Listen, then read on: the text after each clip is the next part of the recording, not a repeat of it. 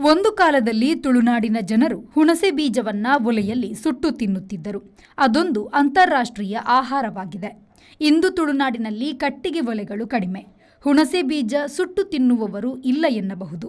ಹುಣಸೆ ಬೀಜವನ್ನು ಹುರಿದು ಇಲ್ಲವೇ ಸಿಡಿಸಿ ಪೊಟ್ಯಾಷಿಯಂ, ಕ್ಯಾಲ್ಸಿಯಂ ಪುಡಿಯಲ್ಲಿ ಪ್ಯಾಕ್ ಮಾಡಿ ಅಂತಾರಾಷ್ಟ್ರೀಯವಾಗಿ ಮಾರುಕಟ್ಟೆ ಮಾಡಲಾಗುತ್ತದೆ. ಬೀಜದ ಸಿಪ್ಪೆ ತೆಗೆದು ತಿನ್ನುವಾಗ ಮೊದಲು ಗಟ್ಟಿಯಾದರೂ ಜೊಲ್ಲು ಸೇರಿ ಅದು ಹಿತಮಿದು ಆಗುತ್ತದೆ. ಅದು ಅದ್ಭುತ ಪೋಷಕಾಂಶಗಳ ಆಹಾರವಾಗಿದೆ. ಹುಣಸೆ ಬೀಜದಲ್ಲಿ ಪ್ರೋಟೀನ್, ನಾರುಸತ್ವ, ಕ್ಯಾಲ್ಸಿಯಂ, ಮೆಗ್ನೀಷಿಯಂ, ಪೊಟ್ಯಾಷಿಯಂ, ಕೆ ಜೀವಸತ್ವ ಲವಣಗಳು ಇತ್ಯಾದಿಗಳು ಇದೆ. ಇದು ಕೊಲೆಸ್ಟ್ರಾಲ್ ಮುಕ್ತ ಆಹಾರ. ದಿನ 2-3 ತಿಂದರೆ ಅಜೀರ್ಣ ಸಮಸ್ಯೆಯೇ ಬರುವುದಿಲ್ಲ. ಕಣ್ಣಿನ ಆರೋಗ್ಯ, ಗುಂಡಿಗೆ ಬಲ ನೀಡುವ ಇದು ಬೇದಿ ಹಾಗೂ ಕೀಲು ನೋವಿಗೆ ಮದ್ದಾಗಿಯೂ ಬಳಕೆಯಾಗುತ್ತದೆ.